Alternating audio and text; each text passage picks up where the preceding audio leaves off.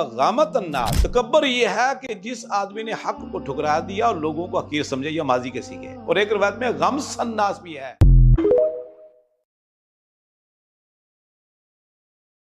तो रसूलुल्लाह सल्लल्लाहु अलैहि वसल्लम ने फरमाया, आपने तकब्बर की तारीफ की है, डेफिनेशन की है और बताया कि तकब्बर हकीकत में क्या है और आप लोग किस चीज को तकब्बर समझ रहे हो। इसमें इस्लाह भी है मेरी और आपकी और हर शख्स की। आपने फरमाया वलाकिन्नल किब्रा बतरुल हक़्क़ि व गम्तुन नास, ये सही मुस्लिम के लफ्ज है। तकब्बर ये नहीं कि कपड़ा अच्छा हो, खूबसूरत हो, सवारी खूबसूरत हो, ये तकब्बर नहीं है। लेकिन तकब्बर ये है कि जिसने हक को ठुकरा दिया और लोगों को हकीर समझा। ये लफ्ज अबू दाऊद तिर्मिज़ी में है, वलाकिन्नल किब्रा मम बतरल हक़्क़ व गमत अन्नास। तकब्बर ये है कि जिस आदमी ने हक को ठुकरा दिया और लोगों को हकीर समझे या माजी के सीखे। और एक रिवायत में गम्स अन्नास भी है।